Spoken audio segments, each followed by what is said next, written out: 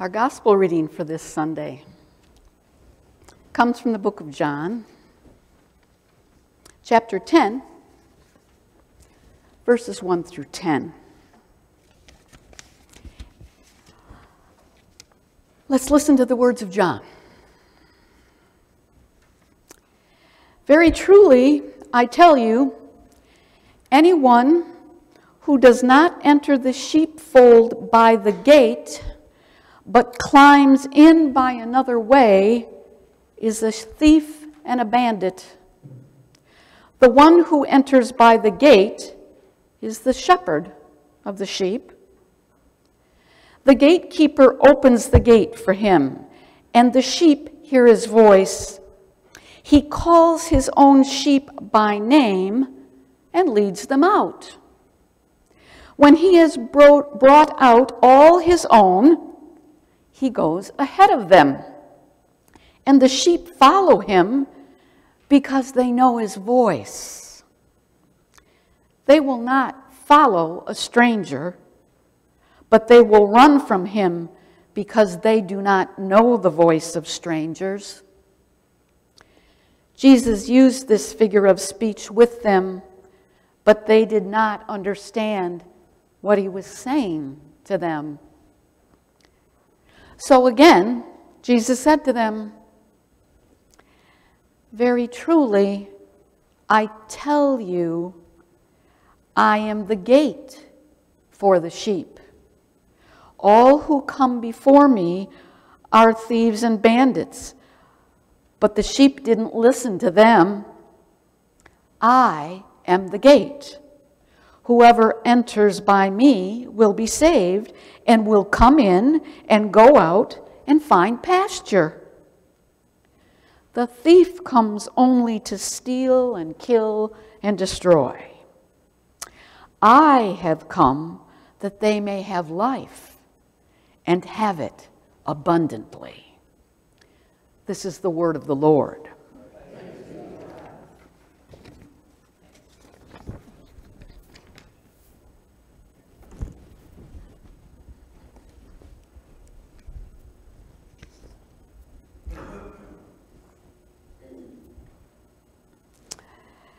Sheep were very important animals for God's people in the Bible.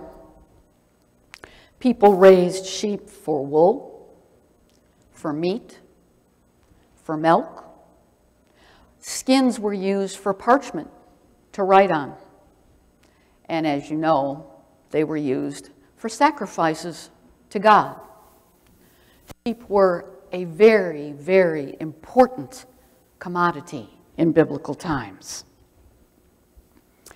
Thought it might be helpful that we look at a few facts about sheep that we may not know or remember.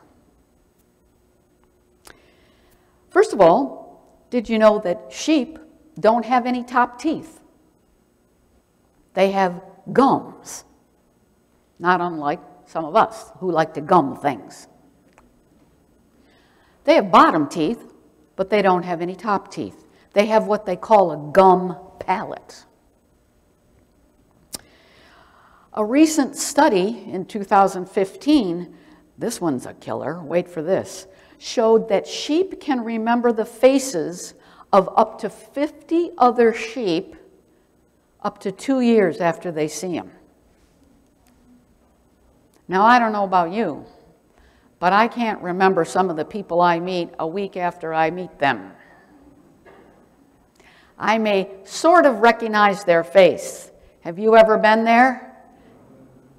Particularly if it's not in the location where you met them the first time. Case in point, I see somebody that I've met twice, perhaps in the congregation as a summer visitor, and I go to Walmart, the saving place. And I'm in the frozen food aisle. And up comes the cart. Pastor Kathleen. Oh boy, they know my name. And of course, the facial recognition kicks in. Hello, You familiar looking person who I have no idea who you are. Have I seen you in town? Have I seen you downstate? Have I seen you at the high school? Where? And your brain starts frantically searching through that data file called your computer in your head. And you flip through all those pictures and you come up empty. So what do? You go, so nice to see you again. Tell me you don't. Hands up. Thank you. I do not wish to be alone here in this. All right. I wish us this morning to give credit to the sheep who remembers the face of some of his brother and sister sheeps, 50 at a shot, up to 2 years after he's met them in the pen or the flock. Amazing. And we call sheep dumb animals, some of us, not me, but it's been known to happen. By the way, sheep are not dumb. They rank just below the pig in intelligence. Now, that may not be impressive to some of you. It's like, why do, pigs? Really? Seriously? Pigs roll around in slop. I'm getting the nod on that one. That's very interesting. Do you know that pigs are very intelligent? They can do math. No, have never tested that theory. But they certainly have a higher intelligence than the cow, than the horse, and several other mammals in the food chain. Here's some common things that we need to refresh our memory on before we launch into our scripture this morning. Sheep are gregarious. You know that. What's that mean, you might be wondering? Sheep band together, and they stay together. Not because they love each other as a family group. It's not quite so noble. They are gregarious because they are really, really concerned about protection. You see, they need to be protected. Sheep will move toward another sheep or a friendly voice that has established a relationship because they know that they, in their little brains, cannot protect themselves alone. Start to ponder. In our text and in the text that Tom read this morning, we hear that sheep are so intelligent in one sense that they know their names. And particularly Jesus knew all of this, which is why he used sheep so many times in the scriptures to make a reference. It's something that his people could understand because it was right there for them in the moment, in their culture, right there. So when Jesus says, I know my sheep and my sheep know me, we take that metaphorically, don't we? Jesus was talking to his people, and they took it literally. You see. In England, which is famous for hillsides of sheep, and if you've ever been there, you see these little dots of white and a few brown and black on the hillsides as you ride, particularly on the rail system there, and you see hundreds of sheep in banded together in flocks. And you know that the shepherds, current day shepherds over there, still name their sheep and they call their sheep. And if you look closely and are privileged enough to put on your boots, like I had the opportunity to do, and walk in the fields with a shepherd, you hear that shepherd say, Sam. And Sam, I'll never forget this, is in this fold with maybe 50 furry things. Oh, they're gone from up there. But the furry things. And when the shepherd calls, Sam, Sam did this. Really. That sealed the deal for me. I was forevermore convinced that sheep know their names. And Sam then broke from the herd, the flock, and started to follow the guy. And then what happened? All the rest of the gang went, well, if Sam's going and we trust Sam, I guess we're all supposed to go too.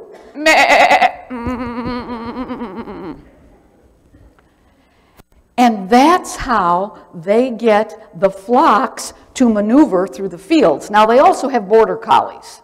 Now, the difference with the border collies is this. The border collies are seen as predators, referencing our text this morning. The border collie is the predator or the thief or the enemy. And so they use them to herd them and round them up, because when the sheep hear the bark of the border collie, they run. And they just, you know how she, they are terribly afraid. And so they run frenetically. And the border collie circles around the flock, which is why they have to be fast, and he rounds them up, and he drives them like cattle, if you will, and he steers them down the field or into the gate, okay, out of fear response. And there is the shepherd ahead of the flock, ushering them into the fold, to the gate. Probably more about sheep than you ever knew, right? Okay, there's a point coming here. Okay, now that you know how sheep, that's only a part of it, I could go longer, but we won't. Here's the thing about biblical times and sheepfolds. The richer folks had a gate on the sheepfold. The poorer herds and shepherds and landowners had no gate. There was stones. I think there was a slide earlier that you saw that had the stones around. And Audrey, can you go back? I mean, we're going to go break protocol here. There you go. Oh, thank you. Okay, there it is. Okay? And what you see there is the shepherd has parked himself in front of the gate. That's intentional. He would sit there or lay there all night long. Now we come back to Jesus' reading today. The words of John, and Jesus said, I am the gate. Get it? Okay? Again, it was a literal meaning for those folks. So, two things to take away from the reading today. In the beginning of John's verses 1 through 10, 1 through 7 about, if you read it, 1 through 7, Jesus is trying to help them see, I am the true shepherd. I am not the false bandit. I am not here to give you false promises and then capture you and cause you harm. But he says, I am the good shepherd. I am the shepherd who wants nothing to do but to protect you and to bring you into peace and grace in my kingdom. That is my only job if you learn to have a relationship with me and trust me, you see. So he tells them that. And our text in John says this, they didn't get it. They didn't get it. So then, later on, in verse 7 through 10, Jesus says, they didn't get it. I'll try something else. And in verse 8, he starts out and he says, I am the gate. He says, my sheep know me and I know them. The way you can enter heaven, the way you can enter the kingdom, the way you can enter the sheep pen, fill in the blank, is through me. Now we get that, metaphorically, thank you, but they now have something real to latch on to. Oh, you got to go through Jesus to get into the sheepfold. Ah, okay, now we get it. And what does the shepherd do? He sits in the gate and he, if he's trustworthy, keeps all the bad things out. But in order to get in there, I have to trust him exclusively. Wow. So there we are. Now, we can switch. Yeah. Oh, you're so good. They're learning so good back there. The sheepfold, obviously, the pen, the enclosure, metaphorically, throughout the church, has been the church. Uh-oh. We come and we end with us. It always ends with us, doesn't it? I never let you off of the hook. Why do you think we're sitting here together, gang? Otherwise, we could be someplace else. We are the church. Okay. We are the sheepfold. And we are in the enclosure, are we not? And it should better be a safe place where the shepherd has called us, and we should experience peace, love, protection, and grace.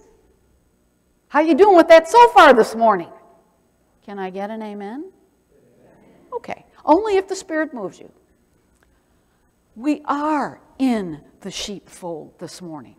Now, I want to leave us with the question. I'm not going to resolve this for us this morning. I'm going to leave us with the question. What about the door? Just saying. What about the door? We have a door, and it's open. Or it should be open. And I believe our door is open. I do. Look at all the visitors and look at all the new people, and our door is open. And people trust, takes a lot of trust, doesn't it, today, to come into a church, particularly when there are so many other things calling. Other shepherds are out there calling people, huh? So if somebody dares to come near the sheepfold, and they're a genuine sheep, which is a seeker sheep, and wants to join the flock, what would happen to that sheep if that sheep just wandered into the middle of the flock without any help? Huh. Sheep. And they run. Why? Stranger. Unknown. Who are you? You are not one of us. Right? Even though they may look similar. You're from a different clan. You're from a different branch. You're from a different family. So get on down the road. Okay? Our door is open. If the shepherd is at the gate, if the shepherd is at the door, a different situation happens. He leads the sheep in, and the rest of the guys in the flock go, "Who's that, Fred? I don't know. Must be somebody new. Why is he with the big guy? I don't know, but somebody likes him and is talking to him." Okay, you get the point. The shepherd invites him in, and he's welcomed, and he's absorbed into the flock. Ooh, how about that? Now, don't anybody say, "Well, Pastor Kathleen, when Jesus sits at our door, we'll be all good." Because what did Jesus say? "I am going to the Father, and you will be here to do the work for me, as me." Uh-oh, there it is. It's our job. Maple Ridge, it's your job. Tawas, it's our job. We have to be the gatekeeper that says, "I will protect you. Come in and join us in a safe sheepfold." Everybody's job, not mine, not the choirs, not the ushers, not the individuals, but everybody as a group. And when we can do that, we do a pretty good job of it. But when we can do that fully, then we will have a flock that is so different from the rest of the world people will be wanting to bust open and come through that door like nobody's business. And then when you hear the words, I am the good shepherd, you can say, the Lord is my shepherd. I shall not want. He leads me to lie down in green pastures for His name.